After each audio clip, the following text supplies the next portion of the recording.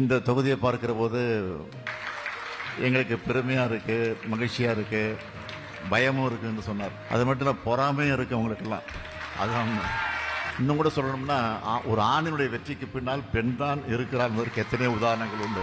என்னுடைய வெற்றிக்கு பின்னாலும் என்னுடைய மனைவி தான்.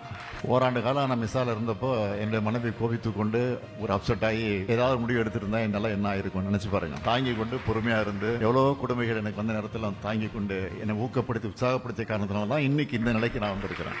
கொண்டாடி சொன்னா கேட்டுக்கணும்.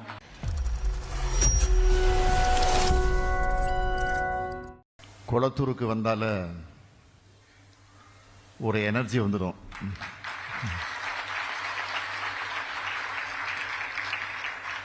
ஒரு உற்சாகம் வந்துடும், வேகம் வந்துடும், ஒரு புத்துணர்ச்சி வந்துடும்.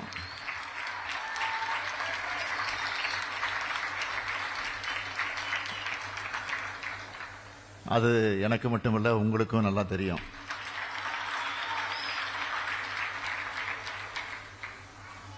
அதுலேயும் மணவிழா, மணக்கோலம் கொண்டிருக்கக்கூடிய மணமக்களை எல்லாம் நான் பார்க்கிறேன். ஆக மணமக்களோடு இந்த விழாவில் நாம் எல்லாம் கலந்து கொண்டு மணமக்களை வாழ்த்துகிற விழாவாக இந்த விழா நடைபெற்றுக் கொண்டிருக்கிறது. நம்முடைய குடும்பத்தில் ஒரு திருமண நிகழ்ச்சி நடந்தால் எப்படி நம்மெல்லாம் மகிழ்ச்சியோடு கலந்து கொள்வோமோ அதே போலதான் இந்த திருமண நிகழ்ச்சியில் அத்தனை பேருமே, நான் மட்டும் இல்லை, நம்முடைய அமைச்சர் பெருமக்கள் மட்டுமல்ல, வந்திருக்கக்கூடிய அத்தனை பேருமே அந்த உணர்வோடு தான் இந்த விழாவிலே கலந்து கொண்டிருக்கிறோம். யாராவது குளத்தூர்னு பேர் சொன்னாவே அது சாதனை,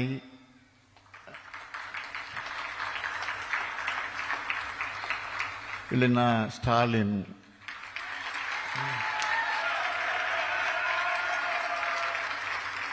என்று ஞாபகத்துக்கு வரக்கூடிய அளவுக்கு இந்த தொகுதியில் நான் 2 கலந்திருக்கிறேன் என்பது உங்களுக்கெல்லாம் நன்றாக தெரியும்.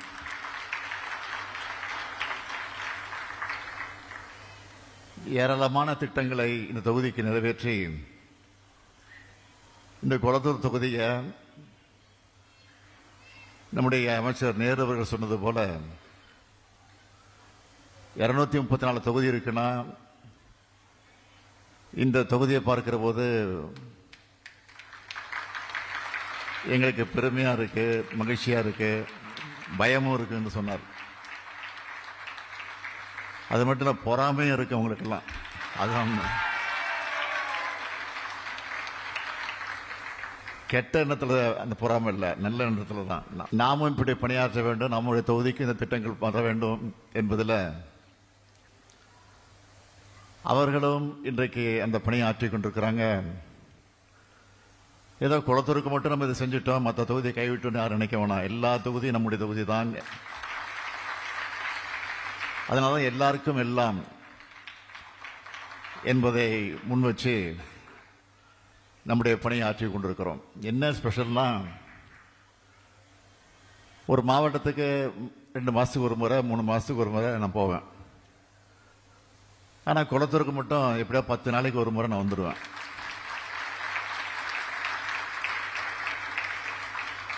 வரலன்னு கொஞ்சம் இருந்துட்டா, இல்லை ஒரு நாளைக்கு ரெஸ்ட் எடுக்கலாம்னு நினைச்சிட்டா சேகர்பாபு விட மாட்டார். என்ன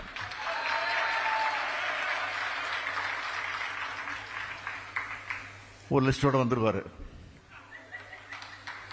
பெரிய பட்டியலை காட்டுவார் என்கிட்ட. அவர் வர்றதுக்கு முன்னாடி செல்போன்ல, வாட்ஸ்அப்பில் ஒரு பட்டியல் அனுப்பிச்சிடுவார் முதல்ல. ஏன்னா திடீர்னு கொடுக்கும்போது நான் ஷாக் ஆகிடக்கூடாது, அதிர்ச்சி ஆகிடக்கூடாதுன்னு ரொம்ப சாமர்த்தியமா அந்த லிஸ்ட் அனுப்பிச்சிடுவார். அதில் ஒரு 10 பட்டியலாவது இருக்கும் நிச்சயமா. 2 அடிக்கல் நாட்டு விழா இருக்கும், 2 திறப்பு விழா இருக்கும், கட்சி நிகழ்ச்சி தான் 2 இருக்கும். இப்படி ஒரு பட்டியல் போட்டு 2 கொடுத்துருவார். அப்படி கொடுத்தாதான், கொடுத்து அந்த நிகழ்ச்சிக்கு நான் வந்தாதான் எனக்கும் அதில் ஒரு திருப்தி ஏற்படும்.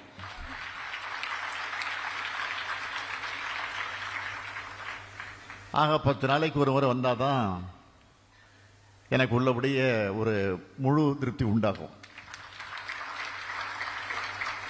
என்னதான் நான் முதலமைச்சராக இருந்து பல மாவட்டங்களுக்கு சுற்றுப்பயணத்தை நடத்தி அல்ல பல அரசு நிகழ்ச்சிகளுக்கு சென்று பல கட்சி நிகழ்ச்சிகளுக்கு சென்று அல்லது பல பொது நிகழ்ச்சிகளுக்கு சென்று பல வரவேற்பெல்லாம் தருகிற போது அதில் எனக்கு ஏற்படுகிற மகிழ்ச்சியை விட இந்த குளத்தூருக்கு வந்து நீங்க தர்ற வரவேற்பில் தான் அதிக மகிழ்ச்சி அடைவது உண்டு. இப்போ கூட என்னை காரில் அழைச்சிட்டு வரும்போது மாவட்ட செயலாளர் கேட்டேன், தொடக்கத்திலே கேட்டேன், இரு பக்கமும் சாலையில் இருபுறங்களும் மக்கள் நிற்கிறாங்களே, இளைஞர்கள் மகளிர் தாய்மார்கள் நின்றுட்டு இருக்காங்க, வரவேற்பு கொடுக்குறாங்க, இறங்கிட்டுமான்னு கேட்டேன். இல்லை இல்லை கிட்ட போனோன்னு இறங்கிக்கலான்னாரு. என்னன்னு தெரியல, முதல்ல இறங்கிட்டு சொல்லுவார், ஆனால் இன்னைக்கு என்ன கிட்ட போனால் இறங்கிக்கலாம்னு சொல்லுவார். நேரத்தை நிர்ணயிக்கிறது சொன்னாரா என்னன்னு தெரியாது. இன்னைக்கு கூட அவர் பேசல வரீங்க, ஏன்னா தொண்டை கொஞ்சம் சரியில்லை, உடல்நல கொஞ்சம் பாதிக்கப்பட்டிருக்கிறாரு, அதுவும் இருக்கலாம். இருந்தாலும் பாதி தூரம் வந்த உடனே அவர்கிட்ட சொல்லாமே நான் இறங்கிட்டேன் காரை விட்டு.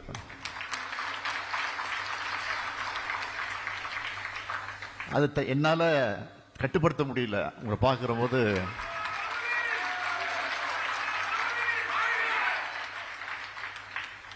ஆட்டோமேட்டிக்கா இறங்கிடுறேன். அதான் விஷயம், வேற ஒன்றும் இல்லை.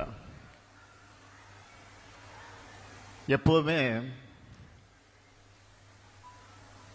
நான் அடிக்கடி சொல்வது உண்டு, இந்த தொகுதியை பொறுத்த வரைக்கும்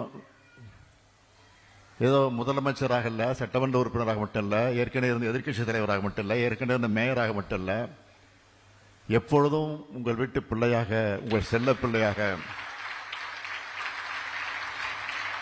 குறிப்பா சொல்லணும்னா ஒரு நல்ல பிள்ளையாக இருக்க வேண்டும் என்பதில் நான் மகிழ்ச்சி உண்டு.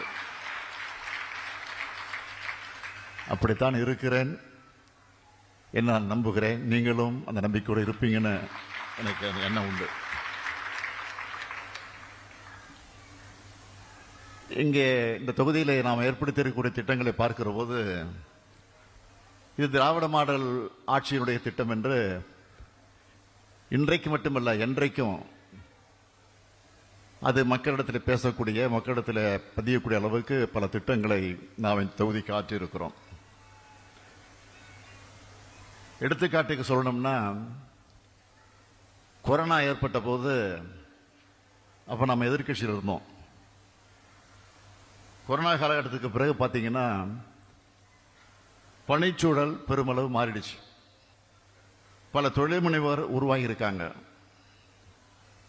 இவங்களுக்கெல்லாம் ஆபீஸ் ஸ்பேஸ் வேணும்னு சிந்திச்சுதான் நாம உருவாக்கி இருக்கக்கூடிய திட்டம்தான் முதல்வர் படைப்பகம். அடுத்து இந்த குளத்தூர் தொகுதிக்கு மட்டுமல்ல, சுற்றி இருக்கக்கூடிய பல்வேறு தொகுதிகள், புழலை பார்க்கிறோம், மாதவரத்தை பார்க்கிறோம், வடசென்னையில் இருக்கக்கூடிய பல தொகுதிகளை பார்க்கிறோம். இன்னைக்கு ஜிஹெச் எடுத்துக்கிட்டா, ராஜீவ்காந்தி ஹாஸ்பிட்டல் எடுத்துக்கிட்டா, அடுத்த மாதிரி ஸ்டான்லி ஹாஸ்பிட்டல் எடுத்துக்கிட்டா, அங்கெல்லாம் கூட்டம் நிரம்பி வழியுது. அதனால அந்த கூட்டத்தை ஓரளவுக்கு குறைக்கணும் என்பதற்காக இங்கே ஏற்கனவே செயல்பட்டு கொண்டிருந்த பெரியார் நகர் மருத்துவமனை அதை தரத்தை உயர்த்தணும், எளிதில் அணுகக்கூடிய அளவில் மருத்துவம் கிடைக்கணும்னு திட்டமிட்டு ஒரு பெரிய மருத்துவமனையை உருவாக்கி ஸ்டான்லியை விட, ராஜீவ்காந்தி மருத்துவமனையை விட, கிண்டியில் அமைந்திருக்கக்கூடிய அரசு மருத்துவமனை விட சிறப்பான மருத்துவமனையில் ஒன்றாக இன்றைக்கு நம்முடைய பெரியார் மருத்துவமனை விளங்கி கொண்டிருக்கிறது. அடுத்து குளத்தூர்னாவே இந்த வண்ண மீன்கள் தான் நமக்கு நினைப்பு வரும். நம்ம எதிர்க்கட்சியா இருந்தப்போ வாக்காளர்களை சந்திக்க வந்த நேரத்தில் அந்த வண்ண மீன் தொழில் செய்து கொண்டிருந்த அந்த தோழர்கள், தாய்மார்கள், அந்த குடும்பத்தை சேர்ந்தவர்கள் எல்லாம் இதுக்கு எப்படியாவது ஒரு விடிவு காலத்தை ஏற்படுத்தணும், இதற்கு வசதி செய்து தரணும், எங்களுக்கு ஒரு பெரிய கடையை கட்டித்தரணும், அங்காடி கட்டித்தரணும்னு ஒரு கோரிக்கை வச்சாங்க. அதில் பல சட்ட சிக்கல்கள்லாம் இருந்துச்சு. அந்த சட்ட சிக்கல்கள் எல்லாம் நம்முடைய சேகர்பாபு அவர்கள் முன்னின்று ஏதோ ஒரு டிபார்ட்மெண்ட் மட்டும் இல்லை, பல டிபார்ட்மெண்ட் உண்டு. ஹவுசிங் போர்டு உண்டு, மீன்வளத்துறை உண்டு, சிஎம்டி உண்டு, மாநகராட்சி உண்டு, இப்படி பல துறைகள் உண்டு. எல்லா துறைகளோடும் கலந்து பேசி அதை ஒழுங்குபடுத்தி முறைப்படுத்தி இன்றைக்கு வண்ண மீன்களை வாங்க வரக்கூடியவர்களுக்கு எல்லா வசதிகளும் உருவாக்கி இருக்கக்கூடிய ஒரு மிகப்பெரிய, வெளிநாட்டில் கூட இப்படி ஒரு மையம் இருக்குமா என்று சந்தேகப்படக்கூடியவர்களுக்கு அந்த வர்த்தக மையத்தை நாம் உருவாக்கி இருக்கிறோம். அடுத்து இங்கே இருக்கக்கூடிய விளையாட்டு வீரர்கள்,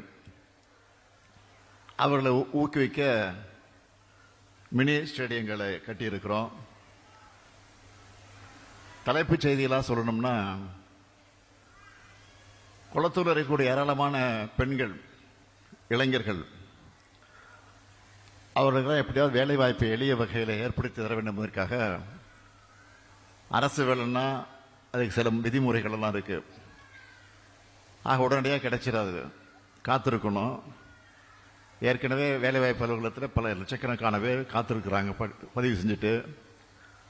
அதனால தான் தனிப்பட்ட முறையில் அனிதா அச்சீவர்ஸ் அகாடமி என்ற ஒரு அமைப்பை ஏற்படுத்தி 10th +1 +2 மாணவர்கள் படிக்கக்கூடிய வகையில் முதல்வர் கல்விச்சோலை என்ற அந்த திட்டத்தை உருவாக்கி இன்றைக்கு இளைஞர்களுக்கு, அந்த மாணவர்களுக்கெல்லாம் வேலை கிடைக்கக்கூடிய ஒரு சூழ்நிலை ஏற்படுத்தி தந்திருக்கிறோம்.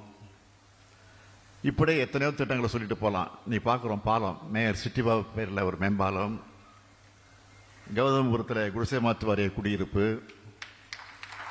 முத்துமாரியன் கோயில் குளம், மார்க்கெட் தெரு பெண்கள் மேல்நிலைப்பள்ளி, திருவிக்கா நகர் பேருந்து நிலையம், எஸ்ஆர்பி கோயில் வடக்கு தெருவில் பெருந்தலைவர் காமராஜர் பெயரில் திருமண மண்டபம். அந்த திருமண மண்டபத்துக்கு ஒரு பெரிய வரலாறே உண்டு. எதிர்க்கட்சி உறுப்பினராக சட்டமன்ற உறுப்பினர் தேர்ந்தெடுக்கப்பட்டப்போ இன்ஸ்பெக்ஷன் வந்தப்போ முதல் இடத்துல இன்ஸ்பெக்ஷன் பார்த்தது அந்த மண்டபம் தான். அது பெருந்தலைவர் காமராஜர் முதலமைச்சராக இருந்தபோது அது ஒரு சமூக நலக்கூடமாக கட்டப்பட்டிருந்த கட்டடம். கட்டப்பட்ட கட்டடம் தான் தவிர அதுக்கு பாழடைந்து போய் யாரும் பயன்படுத்த முடியாத வகையில் சமூக விரோதிகள் எல்லாம் அதில் புகுந்து அசிங்கப்படுத்தி கொண்டிருந்தது நல்லதாக இருந்துச்சு. ஆக இப்போ வந்தப்போ அங்கே இருந்த மக்கள் எல்லாம் எங்கள் இடத்துல வச்ச கோரிக்கை, இதை எப்படியாவது சுத்தம் செய்து ஒரு நல்ல சமூக நலக்கூடமாக உருவாக்கி தாருங்கன்னு சொன்னாங்க. அது சமூக நலக்கூடமாக அல்ல, ஒரு திருமண மண்டப மாளிகையாக இன்றைக்கு காமராஜர் பெயரில் அது உருவாக்கப்பட்டிருக்கிறது. அதேபோல் பல்லவன் சாலை, ஜவஹர் நகர் 1வது வட்ட சாலையில் ரங்கசாமி தெரு, சீனிவாச நகர்னு பல்வேறு இடங்கள்லாம் விளையாட்டு திடல்களை குளத்தூர் இன்னைக்கு திரும்புகிற பக்கம்லாம் புதிய புதிய கட்டமைப்பில் உருவாக்கியிருக்கோம். இதனுடைய தொடர்ச்சியாகத்தான் இன்னைக்கு 17,47,00,000 மதிப்பீட்டில் ஜிகேஎம் காலனி, அரசு மேல்நிலைப்பள்ளி மற்றும் பெரியார் நகர் அங்காடி ஆகியவற்றுக்கான திட்டப்பணிகளை தொடங்கி வச்சிருக்கிறோம். குளத்தூருக்கு ஒரு பெரிய சிறப்பு உண்டு. நான் பல மதங்களை எல்லாத்தையும் சொல்றது உண்டு, எல்லா அமைச்சரிடத்திலும் சொல்றது உண்டு. நீங்க மாநகராட்சி பள்ளி எடுத்துக்கிட்டா குளத்தூர்ல தான் அதிகம், மருத்துவமனை எடுத்துக்கிட்டா குளத்தூர்ல தான் அதிகம், லைப்ரரி, நூல் நிலையங்கள் எடுத்துக்கிட்டா அது குளத்தூர்ல தான் அதிகம். எதை எடுத்தாலும் நம்ம தான் அதிகம். ஆக இன்றைக்கு அந்த அளவிற்கு நம்முடைய திட்டங்கள், சாதனைகளை இந்த தொகுதிக்கு நாம் படைத்து தந்திருக்கிறோம். அந்த மகிழ்ச்சியில் இந்த திருமண மண்டபத்தை திறந்து வச்சு இன்றைக்கு இல்வாழ்க்கை பயணத்தை தொடங்கக்கூடிய ஒரு சிறப்பான நிகழ்ச்சியை நம்முடைய மணமக்களுக்கு உருவாக்கி இருக்கிறோம். 15 திருமண தம்பதியர்கள் இருக்காங்க, 15 திருமணங்கள் நடத்தி வைக்க போகிறோம். நீங்கள்லாம் மனதார வாழ்த்தணும். குறிப்பாக நம்ம ஆட்சி வந்ததுக்கு பிறகு பெண்களுக்கு தான் அதிகமான திட்டங்களை, சாதனைகளை படைச்சிக்கிட்டு இருக்கிறோம். காரணம், பெண்களை படிக்க வச்சா, பெண்களை முன்னேற்றினா அந்த குடும்பம் சிறப்பாக இருக்கும் என்ற அடிப்படையில் தான். ஏனென்றால் பெண்களுக்கு முக்கியத்துவம் தருவது காரணம் என்ன கேட்டால், பெண்கள் நினைச்சா எதையும் செய்யக்கூடியவங்க.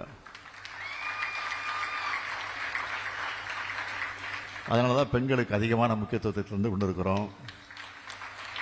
இன்னும் கூட சொல்லணும்னா ஒரு ஆணினுடைய வெற்றிக்கு பின்னால் பெண் தான் இருக்கிறார் என்பதற்கு எத்தனையோ உதாரணங்கள் உண்டு. என்னுடைய வெற்றிக்கு பின்னாலே என்னுடைய மனைவி தான்.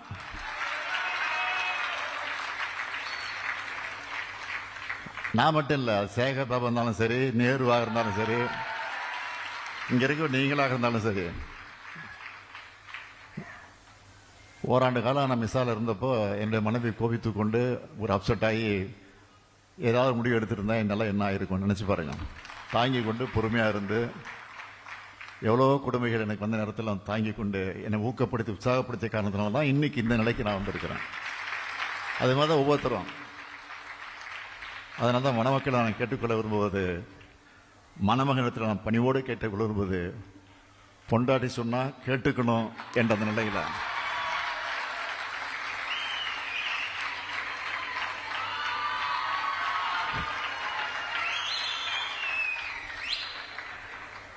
ஆகவே அந்த நிலையில் உங்களுடைய வாழ்க்கையை நீங்கள் அமைத்துக் கொள்ளணும்.